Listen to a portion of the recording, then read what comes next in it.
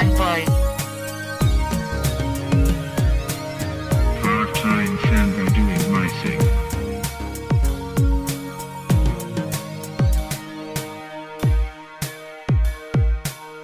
Oh yeah, doing part-time. Oh yeah, doing part-time. Oh yeah, doing part-time. Oh yeah, doing part-time. Parttimefanboy.com. Snickety snicked. Snickety snick. All right, so this is a part-time fanboy, and this is Kristian Horn, and I am here with Paul Edwards, and Hello. we are here to discuss the Days of Future podcast, the X-Men, the latest X-Men film. Dude, that was a nice turn of phrase there. Yeah. Future podcast. Guess what the title of this episode is going to be? Oh yeah. So, any thoughts to start off with? I mean, you know what? Why don't we start with like just how like the X-Men in general? Like, have you always been like an X fan, or like what is your experience with the X-Men and like the X-Men comics? Let's see. I think I jumped on with the X-Men in the sort of mid '80s. Yeah. I think it was like it was definitely post Phoenix saga, the Dark Phoenix saga. So, I missed sort of, the grand era there, but I later caught up on that. But definitely Claremont was my introduction, Oh yeah. Same as me. I mean, I was diehard. Like, because in the '80s, like the X-Men, it wasn't like Spider-Man or Captain America or like even the Avengers, right? I mean, they were sort of like they weren't considered like A-listers, right? No, not really. I mean, Wolverine hadn't become the marketing juggernaut that he later became. Although he was getting he was to on be his pretty, way. He was getting to be pretty popular by the time I started picking it up. Yeah. But the other thing is too, they were for the most part pretty contained in their adventures. Things that were going on inside the good old days. Things that were going on inside the X-Men, were carried, it carried over to the next month's X-Men book, and I think where things really started, diverging was the success of that Wolverine limited series there. Yeah. And that's where things really started to take off. They started doing more, little mini series with the individual characters, and then they split, and started having other X books, for a while. Oh my it seemed God. like everything, every Marvel book had an X in front of it, Yeah. You had well, do you remember they were marketing Spider-Man as like Marvel's non-mutant superhero or something? That's right. It's just like the mutant madness had like in the '90s just gone absolutely berserk, like crazy. Yeah, it seemed like the X-Men were actually the only thing propping Marvel up for a long time. Yes, exactly. I agree with you. Yeah. I mean, my dog has strong feelings on the X-verse. Don't we all? But he's like, X-Force, come on. But Rob Liefeld's my boy. Yeah. Yeah. I stopped reading it around the time, I think it was Inferno or something like that, where, Oh, like, really?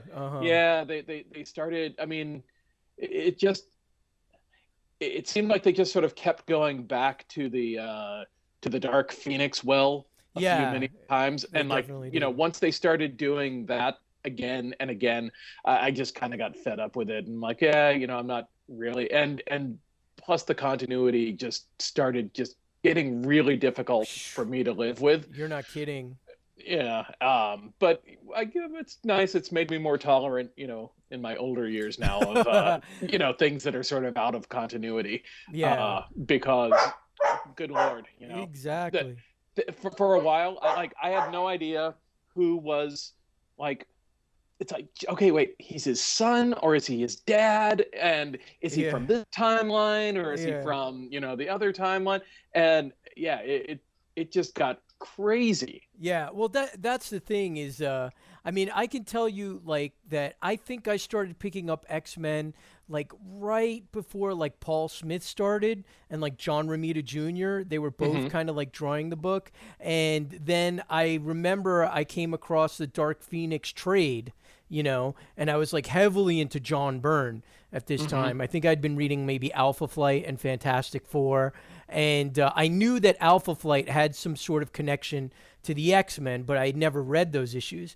And I remember reading the Dark Phoenix trade and just being like, wow, this is awesome. You know, a lot of it having to do with John Byrne's art, and I think Terry Austin was inking those. I mean, I have to say that a lot of my comic book reading habits, the reason I started reading because I was just really into the art, and there were certain artists like John Byrne who just like John Byrne rules, or he used to. He certainly did. Yeah, and he was the first, I think, like really big sort of superstar artist that just tapped something in my brain where I was just like, huh, there's something about this that I love. So, you know, once I read that Dark Phoenix trade and you had that whole like you know, the death of Jean Grey, you knew, and like you said, like in the mid 80s they kept referring back to that, and they even did that like anniversary issue where it was like, you know, they had the whole Madeline Pryor stuff where you know, for anyone who doesn't know, like Jean Grey and Cyclops in the comics, you know, they were like they were like in love. Sorry, I'm gonna have no, to... it's totally fine. But yeah, for anyone who doesn't know, like Jean Grey and Scott Sumner, Cyclops and Marvel Girl, were in love since they were like teenagers, since they joined the school, and then she died, and then later on he meets somebody who looks, exactly like her. Yeah, and so the question was like, that kept going on, was she a clone?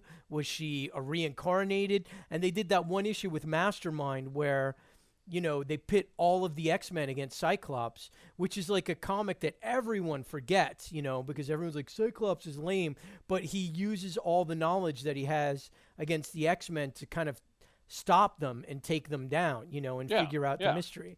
And so, like, I remember that was like, okay, it seemed like they just put a cap on the whole Madeline Pryor thing, like, at that point. And then, and then Inferno. And then came Inferno. And she's like the Goblin Queen, and like, I remember being really mad about that, Yeah, so for me, that was it. That was the end of it, because I was like, yeah, you know, like they dealt with it in a really satisfying way, and then they proceeded to take a shit all over everything that like had come before it. Yeah. And so I couldn't get behind that, and that was why I left the X-Men. You know what? You have a greater strength of character than I do, because I was such an X-whore for the longest time, and I just stuck with it no matter what, because they were smart enough. They kept introducing like these amazing artists like Mark Silvestri, Jim Lee, and it was just like, you know, as long as they had like Joe, what's his face, Maduria, or I don't know how to pronounce his last name. They kept introducing like all these like really interesting artists, and But at the same time, I do think that X-Whore was probably actually a legitimate title at some point, probably, you know. But I loved the X-Men. I mean, I read X-Men, Uncanny X-Men. I didn't have the cash when I was a teenager to like pick up all the ancillary, like, you know, like Magic and like, you know, all the miniseries, the Wolverine and Kitty Pryde and all that stuff. But I was hardcore into the X-Men, but for a long time, and I think I could tell you exactly when I was like, I'm done, and I'll never forget it. I think it was like into the Jim Lee, Chris Claremont run, where they did a thing where Magneto at this point was so powerful that he sucks like the adamantium out of out of Wolverine. Yeah, out of Wolverine, and like through his pores or whatever. And you discover that Wolverine had the claws like all the time. And they were just coated with that. I mean, they were like bone claws. And for some reason, in my head, it just went snap. And I was like, that's it. That's bullshit. Like, there was something about like him having like bone claws from the beginning. Because, you know, it had always been that Wolverine like was given like steel claws, like his power was. And then the other thing too that really bugged me about that issue is that they had established a long time ago that adamantium was like quote unquote non-magnetic. So so that Magneto couldn't control, the adamantium.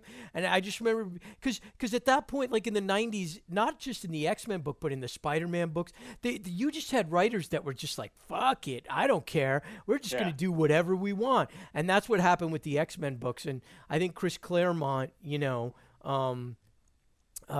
was probably starting to get fed up with things, and there was like all this editorial interference, and who knows, his ego was like out of control. There were probably a lot of factors, but I just remember that was the moment where I stopped collecting them consistently, where I had to have them on my pull list every week, you know what I mean? Or every month. It was just like, I'm done. This is bullshit. I'm fucking done with you people. And you know what? And I was done too until Grant Morrison's run on New X-Men. That which was I thought interesting. was tremendously entertaining. I thought it was very interesting. I mean, it didn't exactly go the way the way it ended up was kind of not so satisfying. I won't ruin it for everyone that again, I think there were problems with like him and editorial. It just seems like editorial keeps getting involved.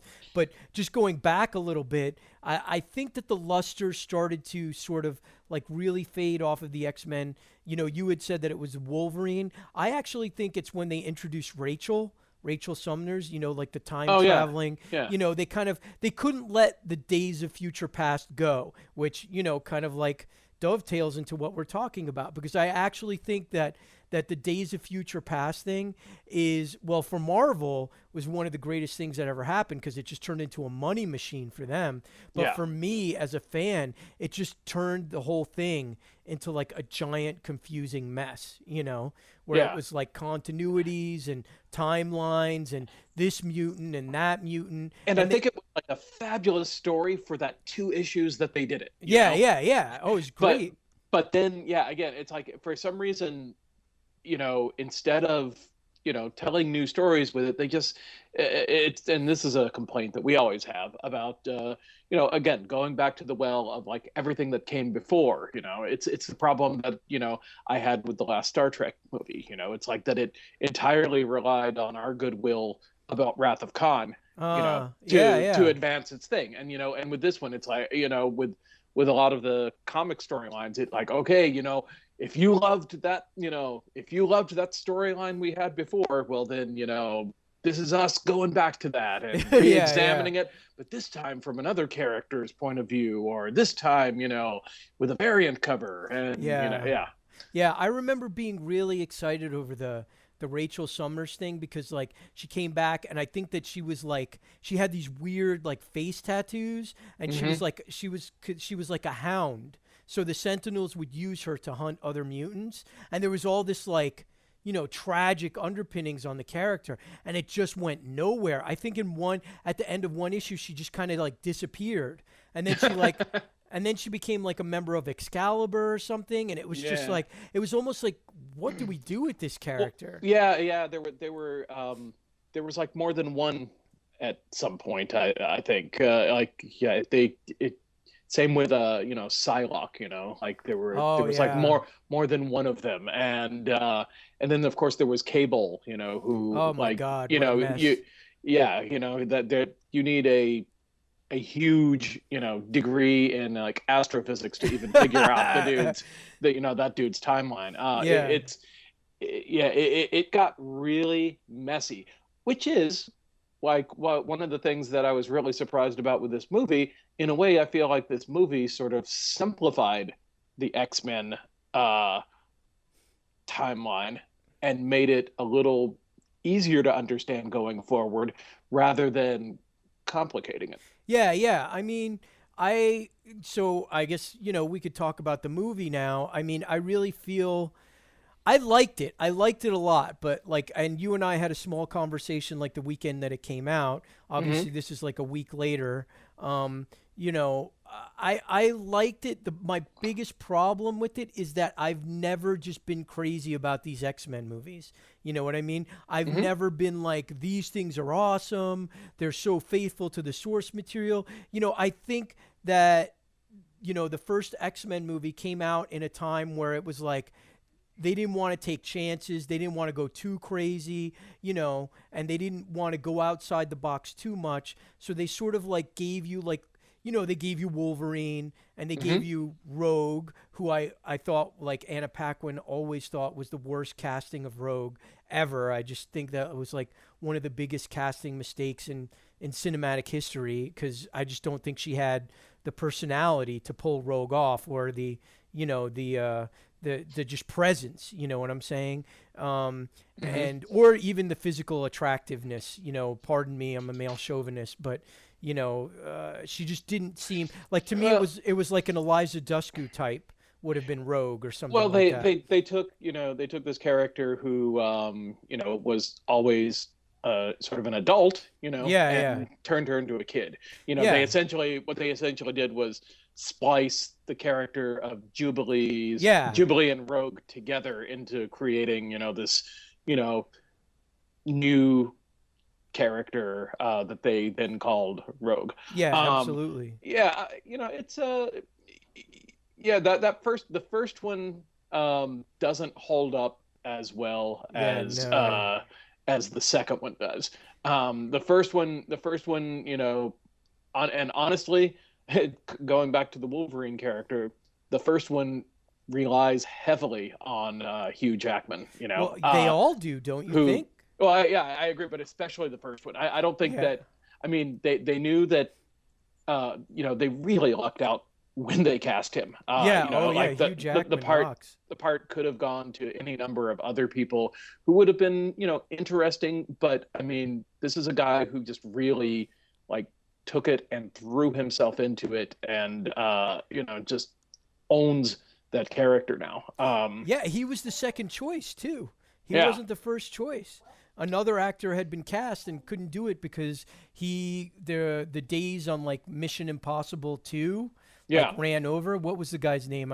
Doug Ray Scott. Doug Ray Scott. Doug Ray Scott. Yeah. And talk about that guy kicking himself in the ass. I mean, I have no idea what would have happened if he had been Wolverine. But yeah, you're absolutely right. I mean, it's almost like Robert Downey Jr. with Iron Man, where it's like, who is going to play Wolverine after Hugh Jackman?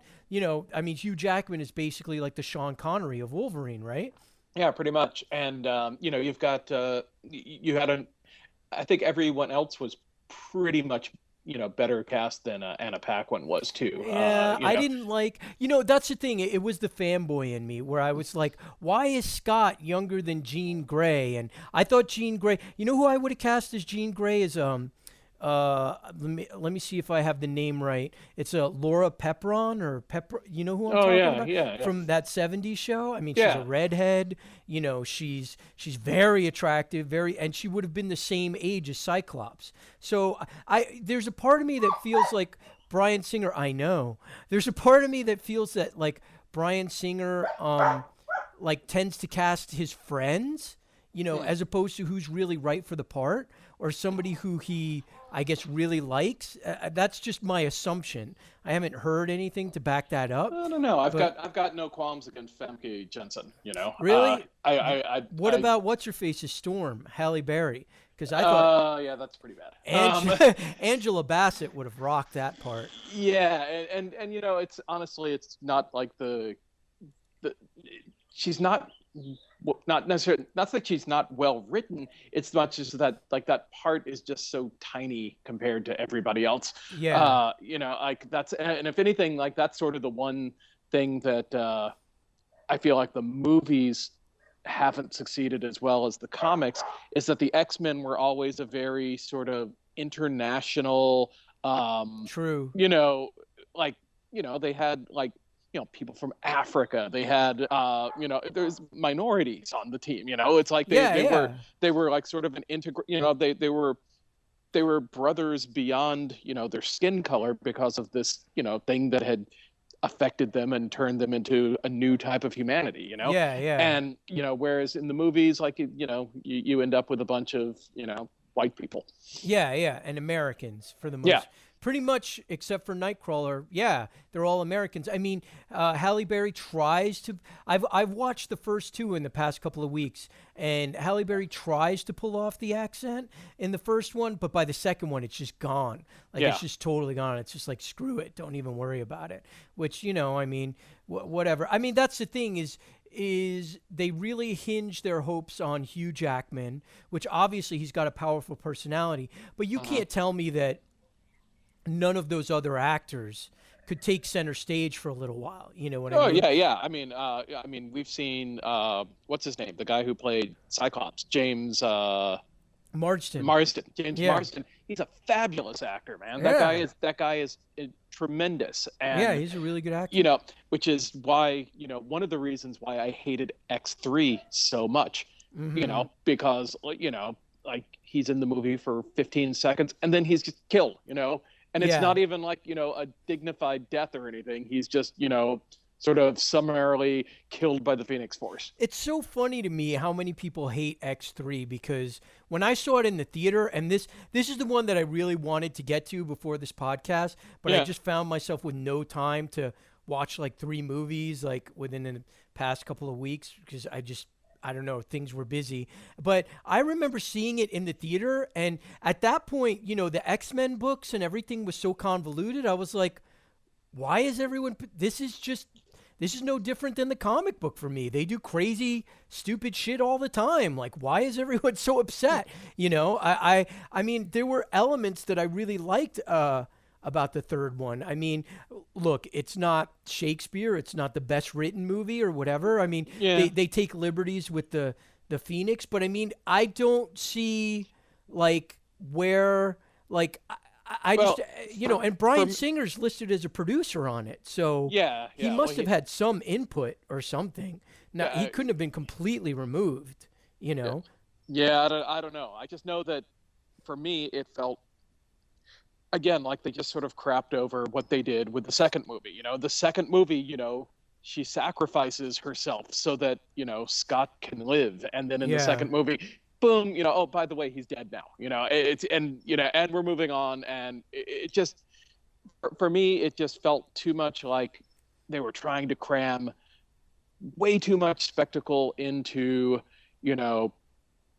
this movie at the expense of the character and plot. Because, at least at the first 2 movies, there are a few moments where those characters do get to breathe Sure. just a little bit. Like in the first movie, there's that wonderful sequence where,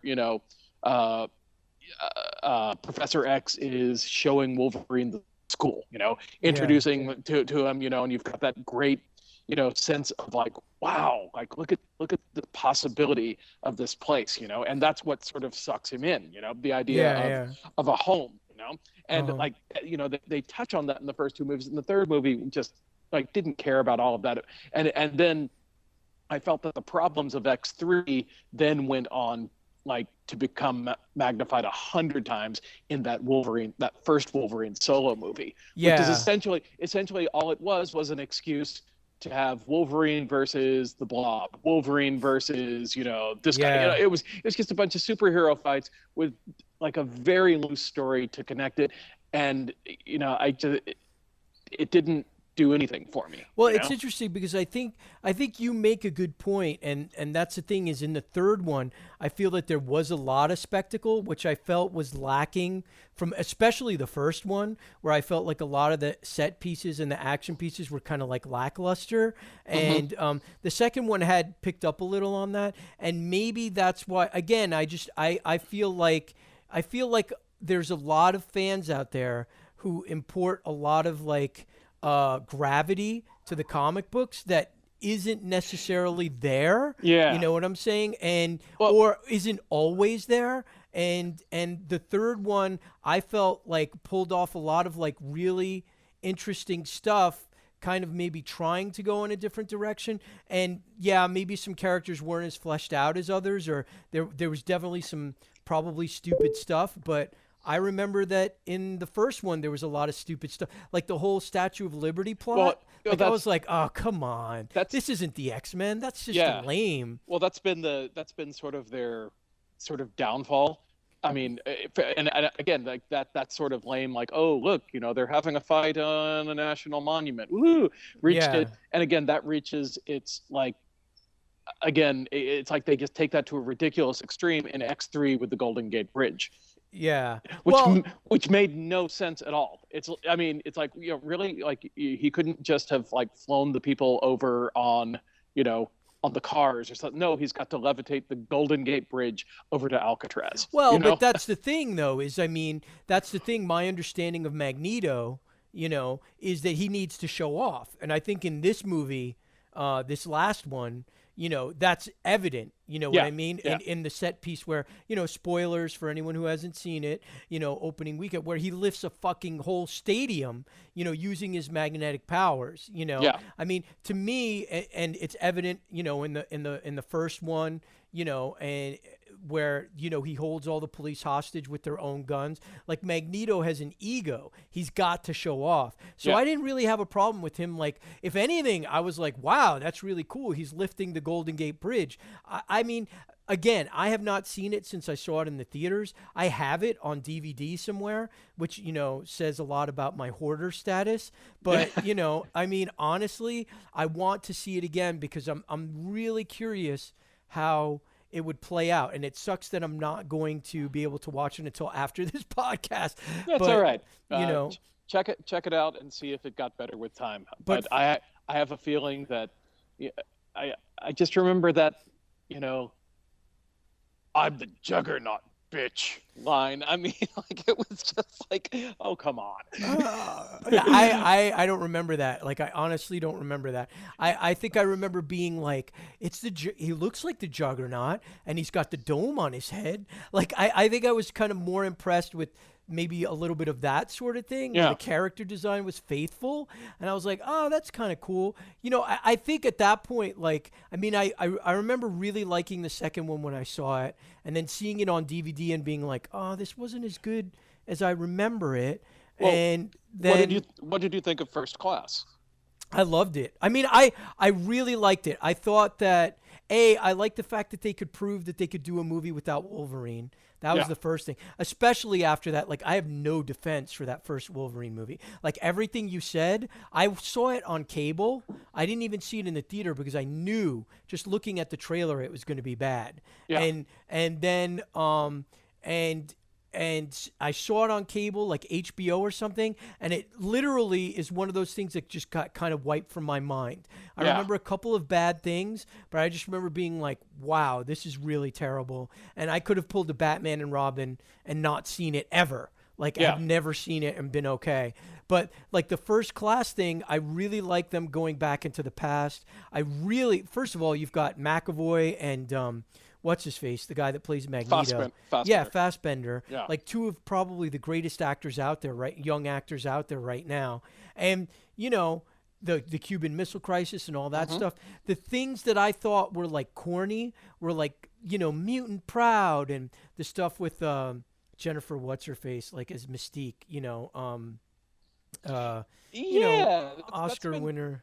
That's been sort of an interesting turn, I think, because Mystique, has been, a sort of long-running villain, but, like, not like a huge fan favorite or anything. Yeah, but in the movies, that character has really sort of taken on its own life, Yeah, Jennifer Lawrence. Well, that's the thing that bothers me too, is that they've spent all this time focusing on characters. You've got Rogue, you've got Wolverine, you've got Professor X, Magneto, but there's all these other characters that, in the second one we got Nightcrawler, but Alan Cumming didn't want to return for whatever reason. The makeup or whatever is just a pain in the ass.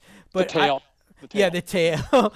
The tail always getting in his way, tripping over the tail. But I feel like Mystique, really? Like, I don't give a crap about Mystique. You know what I mean? Like, and I never really did it unless she was like a villain. I mean, I think they did some interesting stuff with her, but, that was kind of, and then I did have a problem with her, like, being raised with Professor X. Like, did that happen in the comic books? Maybe it did, but it was long after I'd given up on No, him. I don't think it did. And I think that, it's just something, again, like, they've definitely set the movie world, apart from the comic book Yeah, in a lot of ways. But going back in time and doing an X-Men movie in the past, first of all, it was really cool because like a lot of the stuff, like the Hellfire Club and everything, like those designs just make sense in the 60s, and it's like I think it was a nice shot in the arm for the franchise. And again, you're right, like the fact that it could have a story that was carried without Wolverine. That was a big important thing for them, which then brings us to this movie.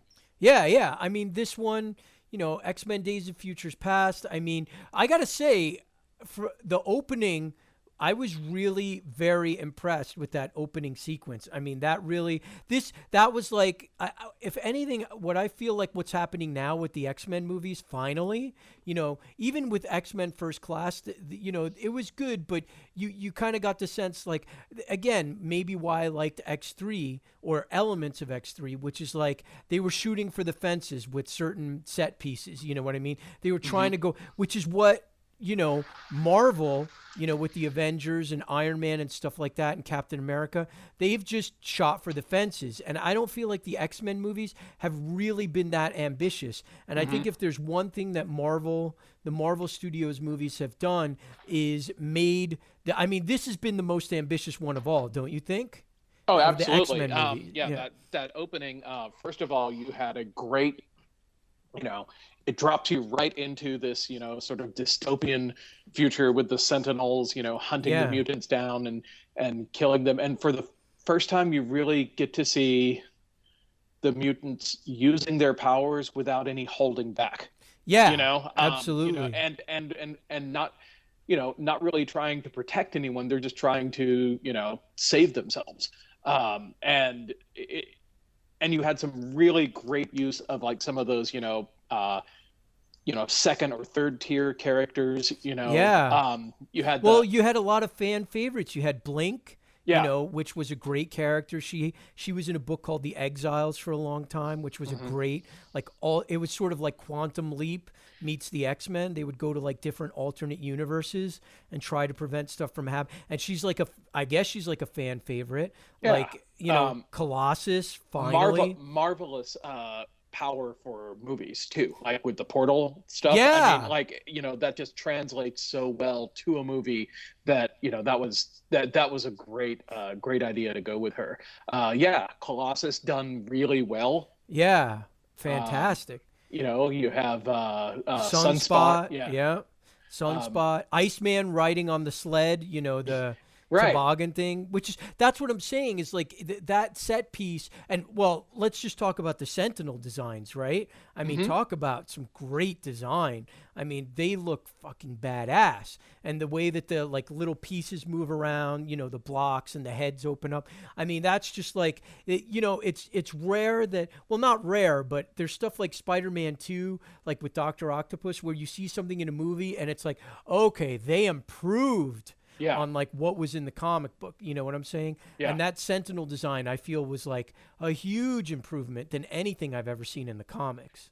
And what I really like too is that, then by virtue of doing the time travel thing, you went back and you had the original Sentinel design, in there anyway too. So, you got to have it both ways. I mean, so basically you kind of get introduced to the thing, which is like that Kitty Pryde somehow has developed, time traveling powers, which is like, okay, whatever. Already you've got like my fanboy kind of like rolling his eyes, at the movie. Why does it have to be Kitty Pryde? See, I could go with that because if she can move, atomically between, materials, then, it's just a matter of being able to manipulate on a different level. I could buy that, because that's the other thing too, is that by now they've also introduced the idea of the mutations like evolving, advancing and evolving themselves. So I'm willing to go with that. Yeah, no, I went with it, but I was just like, Kitty Pryde again was another character that's never been utilized in the movies, and who is like the fan favorite, like the biggest one that everyone wants to see. And again, she's kind of like relegated to the sidelines as sort of like a plot device, Right. which was a little bit disappointing to me. I mean, I really felt like, obviously, I mean, I guess there's so much stuff that you can do with the script, and obviously because it's the movies and Hugh Jackman is a big star and a big presence, they send Wolverine back to the 70s or the 60s or whatever. Right. But it would have been kind of cool if she'd have gone with him, and then you could have had that interplay between them, Yeah. So, but in this case, they just decided to go with Hugh Jackman back Yeah. in time. Yep. Which worked really well. He he definitely sold the 70s feel of everything. And one of the things I really loved about it is, like, when going back in the 70s, you've got those fabulous outfits that look like they're from the Claremont era. Well, the books. belt buckle and his jacket, like Wolverine. I mean, that's the thing, is I said to Amy, well, first of all, like, the whole plot is that they're stuck in a dystopian future and they're going to try and send Wolverine back to his younger body before he became an X-Man, or, when he was kind of an amnesiac, so that he can stop a plot from occurring that sets the events of the future in motion, right? I mean, that's it's sort of like the Terminator almost. But, Exactly. Which, speaking of which, did this come before the Terminator? Like Days of Future Past, like the comics. I think they did. It came before. Yeah, it came before the Terminator. I wouldn't be surprised if Jim Cameron read an X-Men comic book.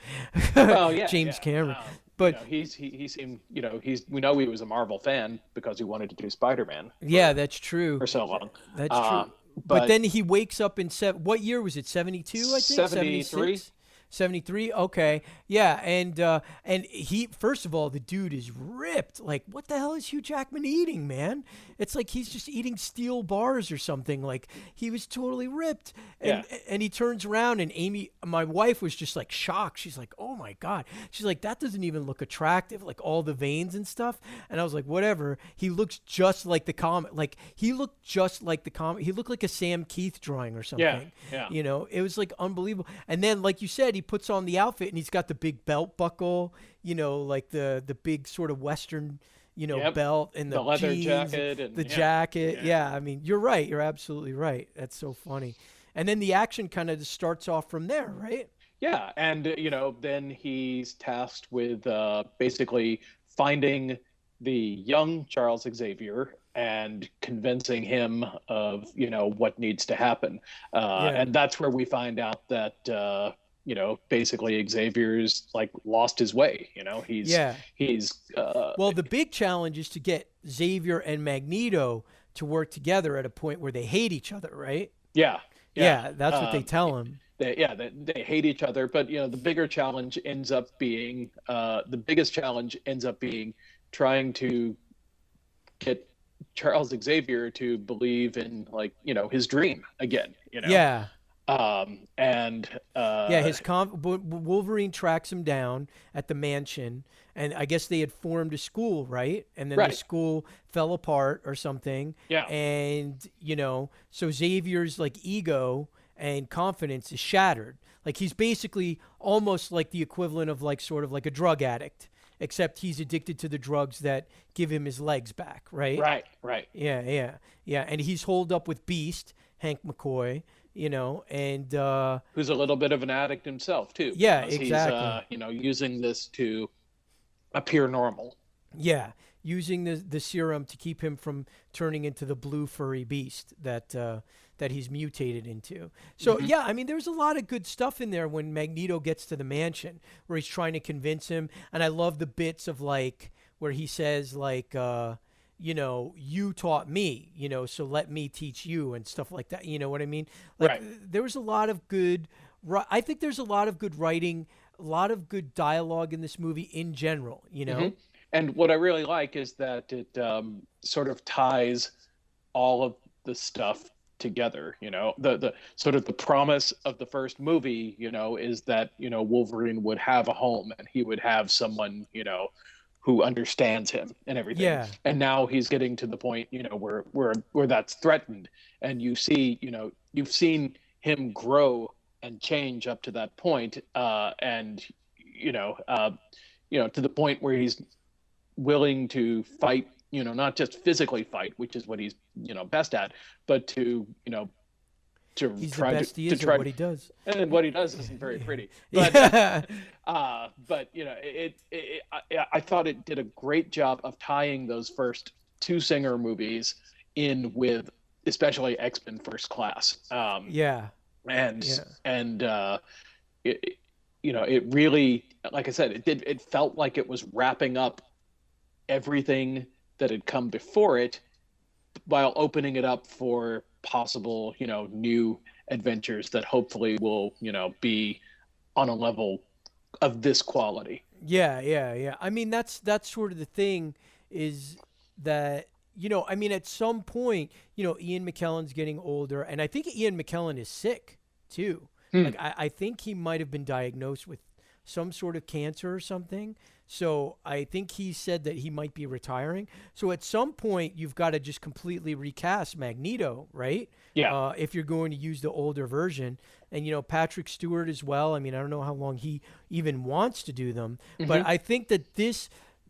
that's my little bit of disappointment with this, is I feel like they could have had an opportunity to sort of reboot the universe, which is kind of what I wanted before these movies. I wanted a hard reboot. Yeah. And this time I was like, okay, well maybe something, you know, I don't know. It's sort of a soft reboot in a way, because, you know, you're tied in with the, you know, the First Class movie, you know, when, you know, spoiler alert, you know, it works and they manage to save, you know, the future.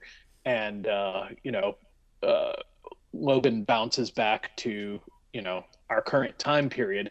Yeah. And, you know, you get to see the school again, the way he was introduced to it the first time, you know, with kids running around, and they're all different races and types, and, you know, it's just like, oh yeah, you know, like it feels like the possibilities are open again after, you know, all this like sort of, you know, Storm and Drang, you know, stuff that they'd rained down on them, you know, with their version of the Dark Phoenix saga. Yeah.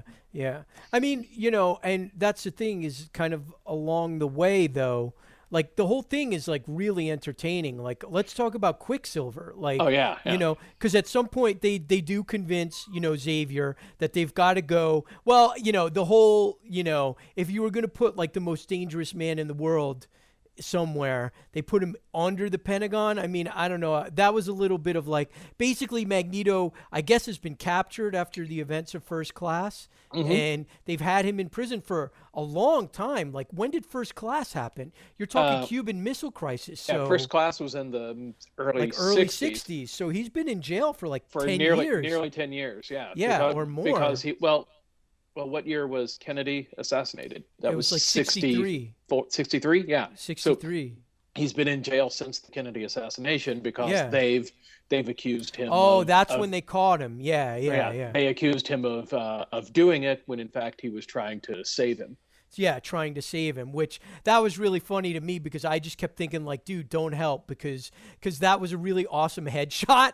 You know what I mean? Like, if you look at Kennedy, like that was the thing that I was talking about my wife after the movie. I was like, no, maybe you shouldn't have done anything, because, you know, if you look at the Zapruder film, or you know anything about the Kennedy movie, that shot was a very good shot. Like, you know, I mean, there was no, so it was like the whole thing of like Magneto trying to like arc the bullet or stop it. I was like, no. That just, like, that didn't work. That was a little silly to me, especially when they were like, Kennedy was like a mutant, and I was like, whatever, you know. But the whole they go and they Wolverine knows where Quicksilver is, right? Yes, he Pietro was aware of, you know, where he was at that time. Because he's from the future, because Wolverine's from the future, and they track down Quicksilver. Although he's Peter in this movie. Yeah, he's Pietro. He doesn't say Quicksilver, right? Or he's Peter in this movie, and his last name is Maximoff. Yeah, right? I don't know, because I think he's just introduced as Peter.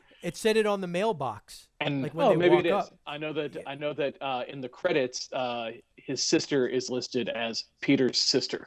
Oh, really? not Interesting. not as Wanda. So That's interesting. so there's no Scarlet Witchery going on in the X-Men universe. But they do mention her. Like Wolverine says something. He said something like, "Oh, I knew her sister. She was a pain in the ass," or like did something crazy. So yeah, they go and recruit him, and he's basically like a ne'er-do-well, right? He's using his speed powers to commit petty crimes. He's just a stupid punk kid, really. Exactly.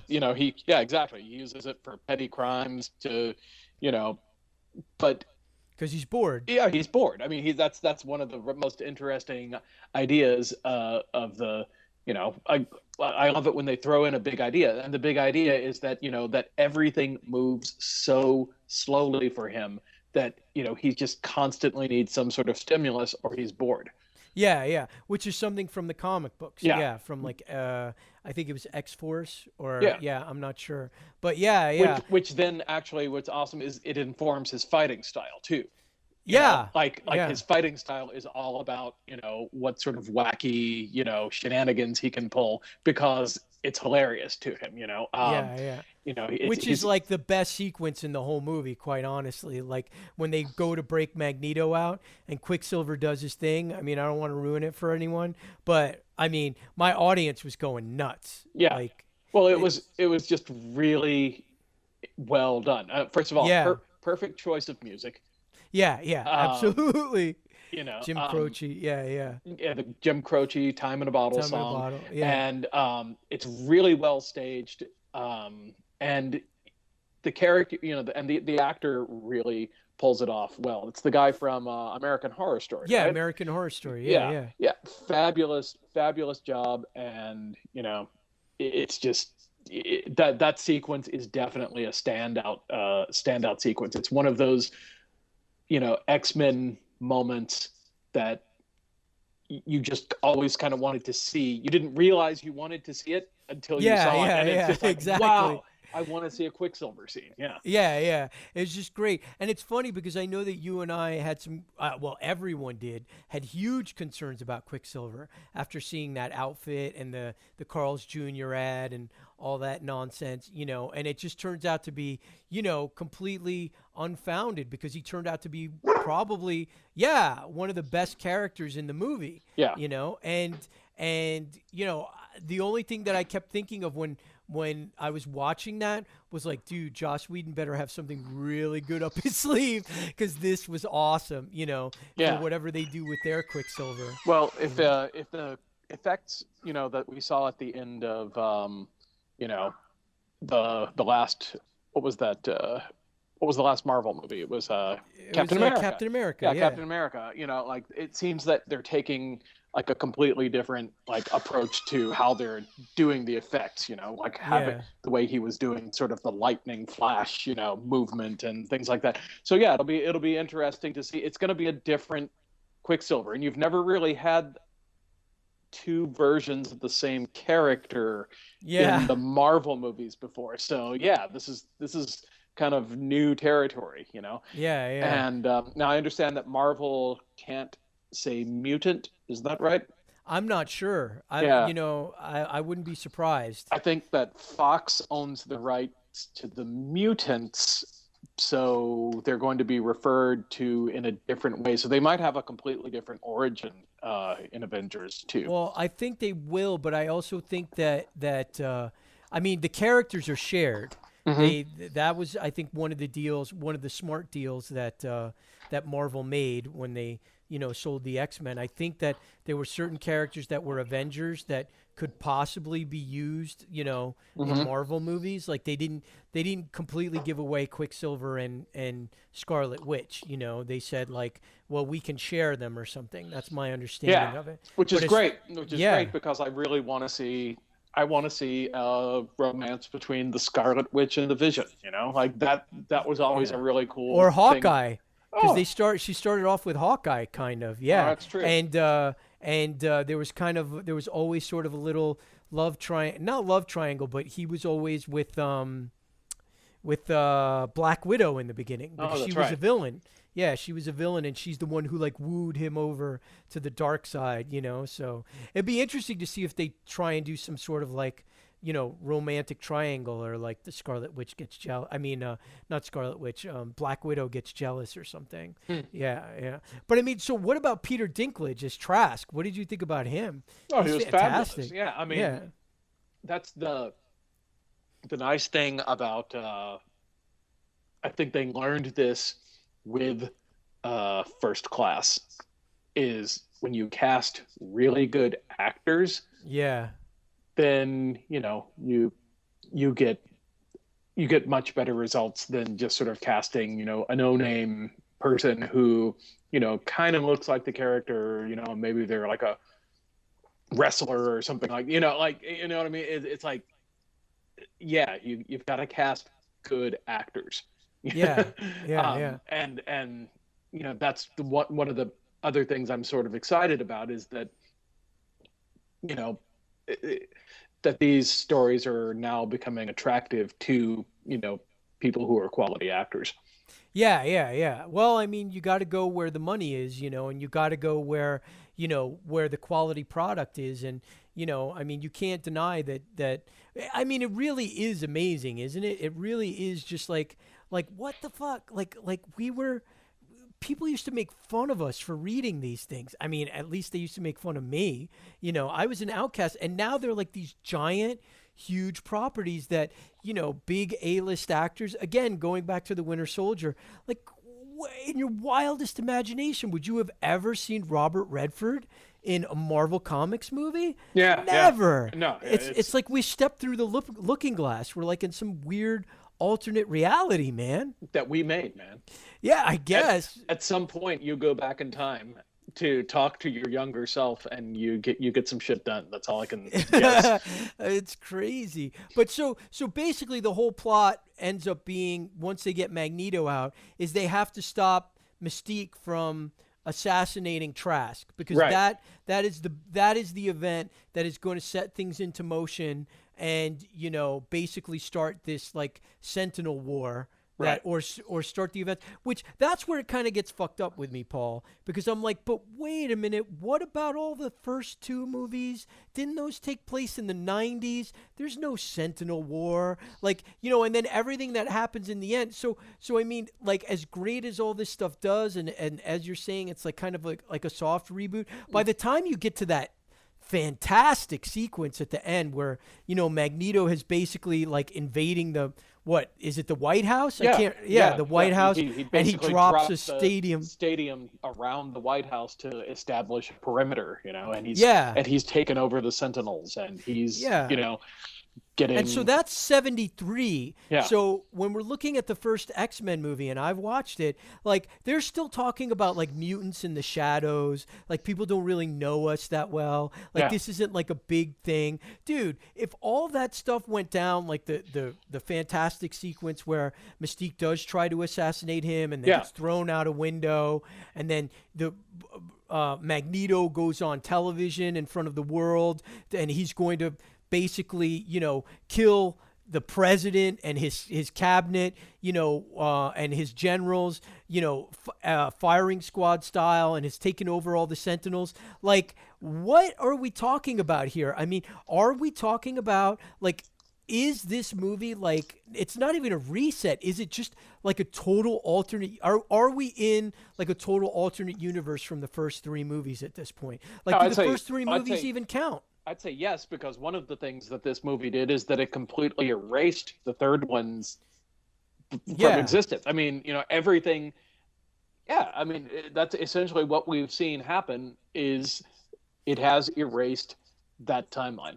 But I guess what I'm saying is, yeah, it's erased that timeline, but from the beginning in the Sentinel era, is this whole movie completely removed from the first two? Like, are we talking about a subtle alternate reality from the very beginning? Like, did Wolverine, when he went back in time, go into a different timeline? He didn't go into the timeline that first two movies. You know what I'm saying? No, he went before that. So in essence. No, but what I'm saying is, like, yeah, I guess. In essence, the first 3 X-Men movies have never happened in this timeline that they're in.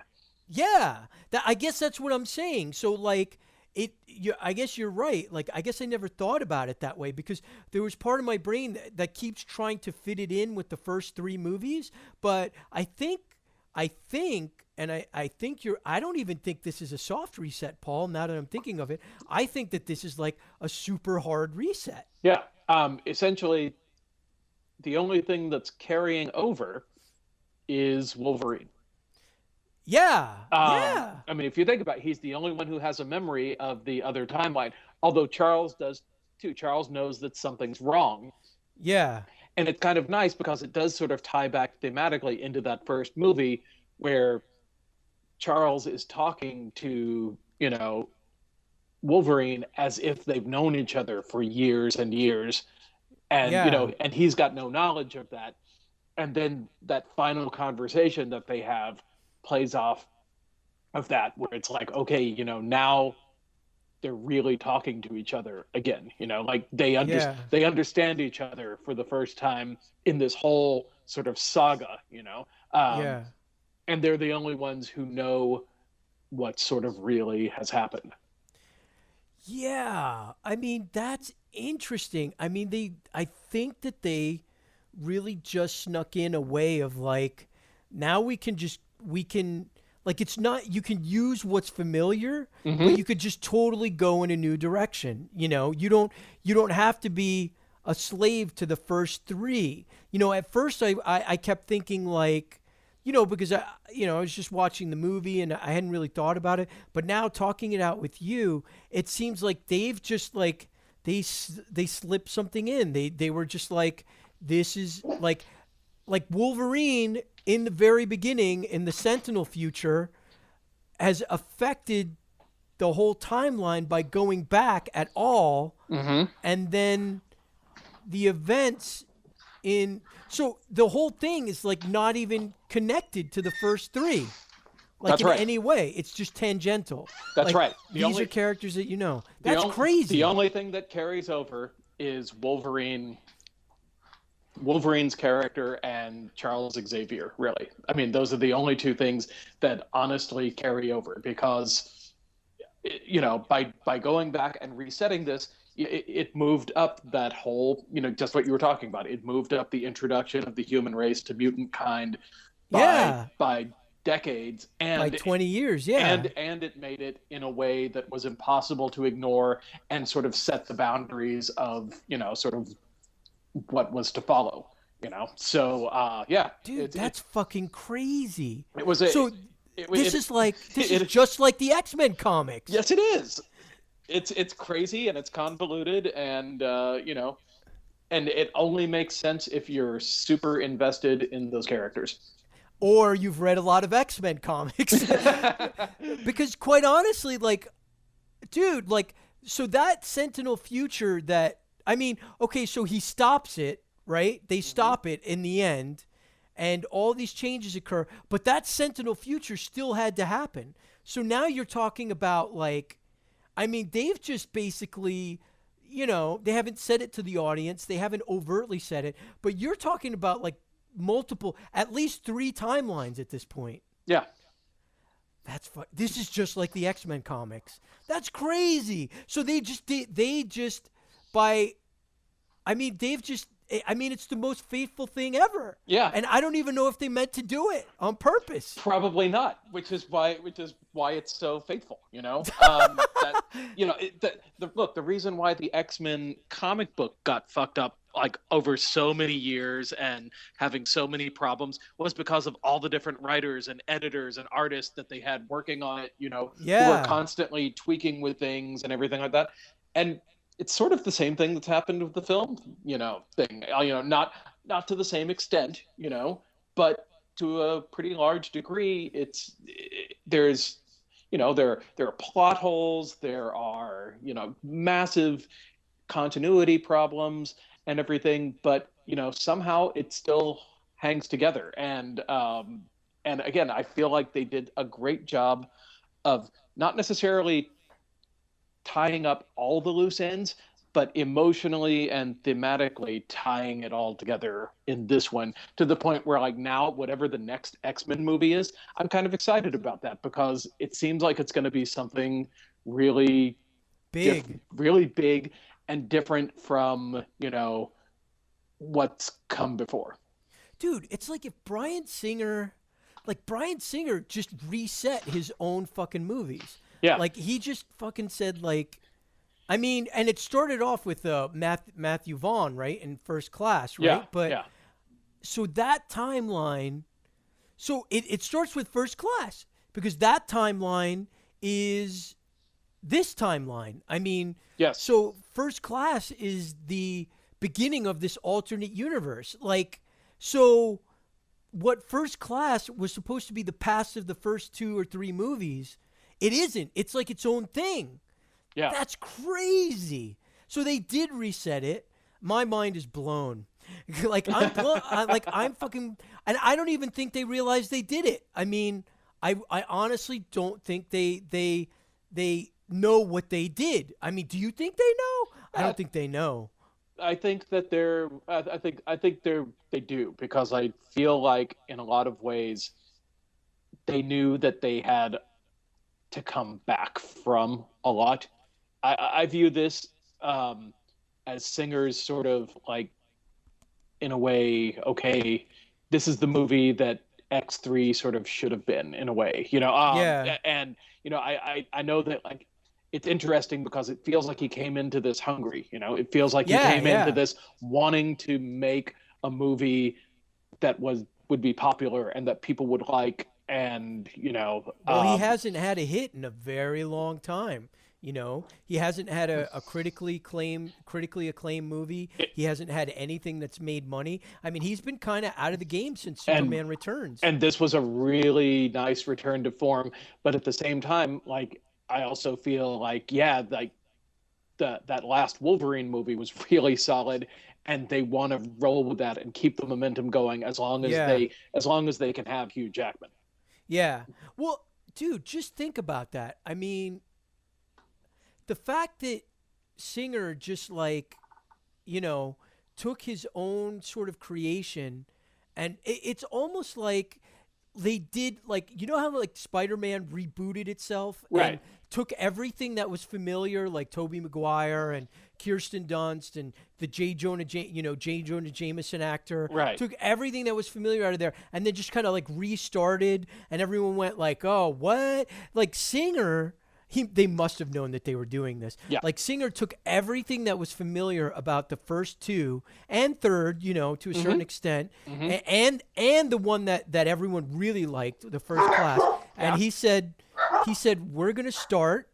We're going to start, and we're going to reboot it, but we're going to not get rid of the stuff that works. Yeah. That's fucking awesome. Yeah. And he has all the tools to do it because of all the X-Men time travel, blah, blah, blah stuff. Yeah. I mean, it's the perfect property for that. You can't really do that with the Avengers because the Avengers has never really had stuff like, I mean, they've had Kang, but they've never had the huge convoluted universe that the X-Men does. Right. That's fucking amazing. Yep. Pretty cool. That's pretty cool. I mean, I'm impressed.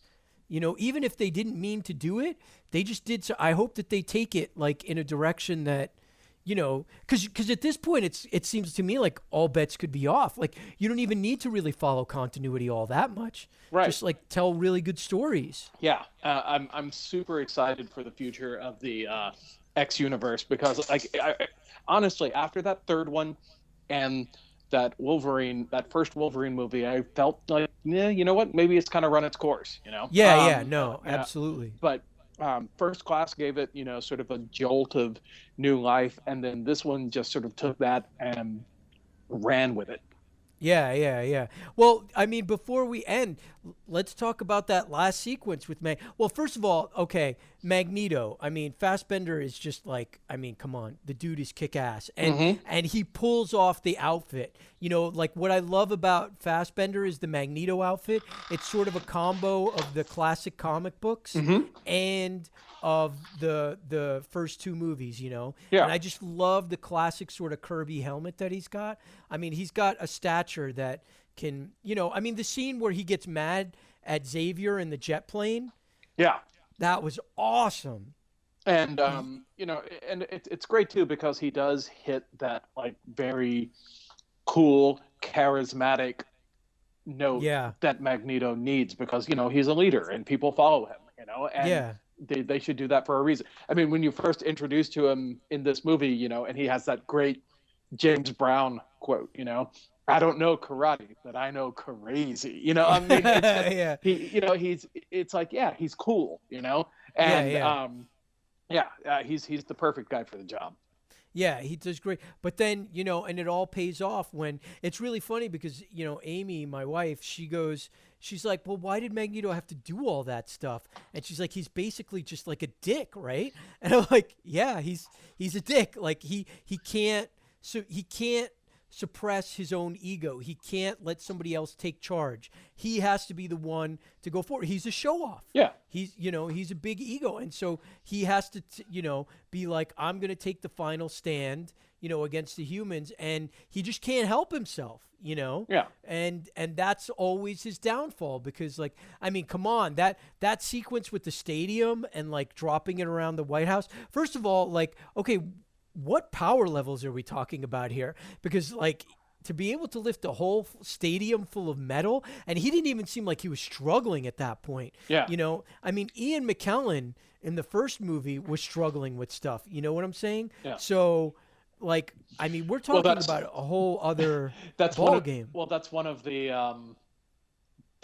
the interesting twists about changing the timeline is because Wolverine gets Magneto and Professor X to work together again. They spend all this time together that they wouldn't have otherwise, and he there are scenes where he's showing him how to tap into the power and go greater than so in a way he creates a greater Magneto than there would have been had he not sent him back. Yeah. Wow. Yeah, I mean, I have to say that, the bits where, Magneto takes over the Sentinels and, drops the stadium. I mean, honestly, I was like, what are you people going to do now? Because you're all screwed. I mean, Professor X can't do anything because he's got the helmet. And, what's Mystique going to do? I just was like, really like, holy cow, this is the real deal. I mean, it's the first time we've ever seen. I mean, there was the Golden Gate Bridge thing, which was impressive. But this time it was just like, dude, you can't fight this guy. Like, how are you going to fight this guy? You know what I mean? Yeah. And that sequence at the end was just fantastic. And I just love what he does with Wolverine. Where he basically takes like some pieces of like steel, rebar or whatever, and like wraps him up in it and flings him away, because like that's the thing is everyone's like, oh, Wolverine's such a badass. But that's the thing is if he's confronted with someone with that kind of power, like Magneto or say something like Thanos, he hasn't got a shot in hell. You know what I mean? Right. So I just, I think they did a lot of really good stuff. Especially with the climax. And I really like this movie. I mean, I don't think it's like my favorite Marvel movie, but at least what made me happy is, like I said earlier, the X-Men movies are starting to show a bit of ambition. Yeah. And they're starting to like want to play in sort of like a bigger sandbox. And I think that you've got Marvel Studios to thank for that. The Avengers and Captain America and, Iron Man. I think that they kind of saw those movies and they're like, we can do better, Absolutely. Yeah. So I don't know. I mean, what'd you think about the end credit sequence? I mean, you stayed around for that, right? End credit sequence. Yeah, I stayed around for that. Refresh my memory though. With the guy rebuilding the pyramids. Oh, and yeah, they're all that's like right. chanting. The it was so great that you forgot about it. No, the apocalypse. That's right, because I forgot. Yeah, so, because everybody in the theater was like, "Who's that?" Yeah. Yeah. So Well, he's really obscure to the public. He is sort of an obscure figure. I think it'll be interesting. It's cool because Apocalypse is sort of one of the great X-Men villains, but they're gonna be taking a different route with this, because the big thing, of course, in the comics was that he took the character of Angel and turned him into Archangel, who became who was one of his four horsemen. And Angel's been pretty much a no-show in this series, except for a couple of moments in X3.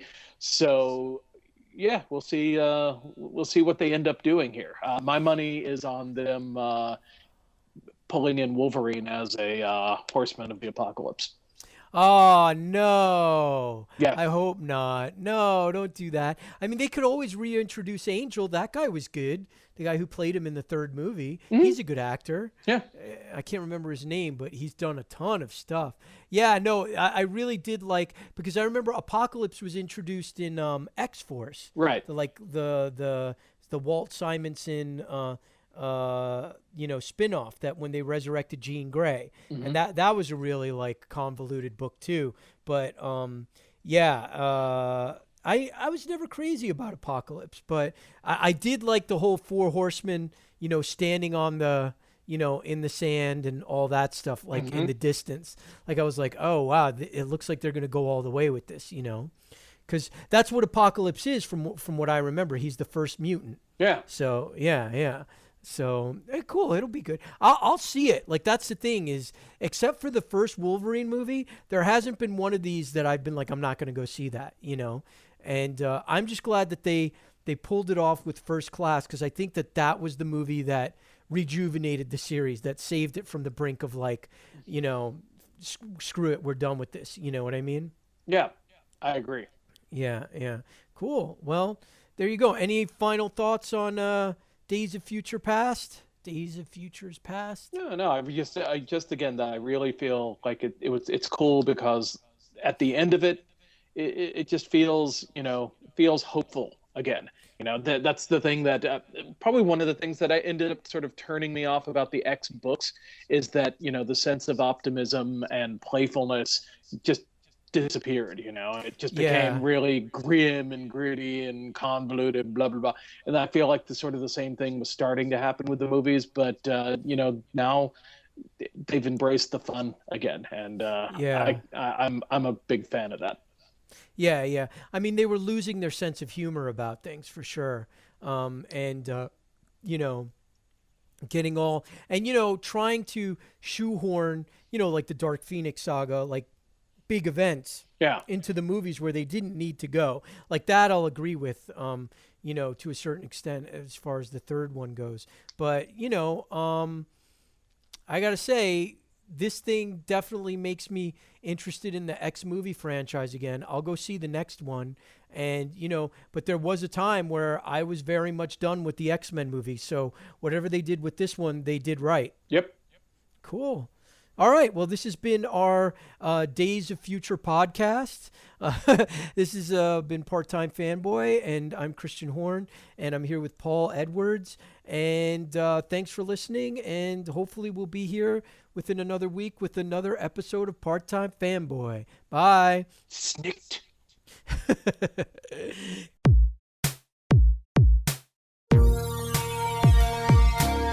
Part-Time Fanboy. Part-time fanboy doing my thing.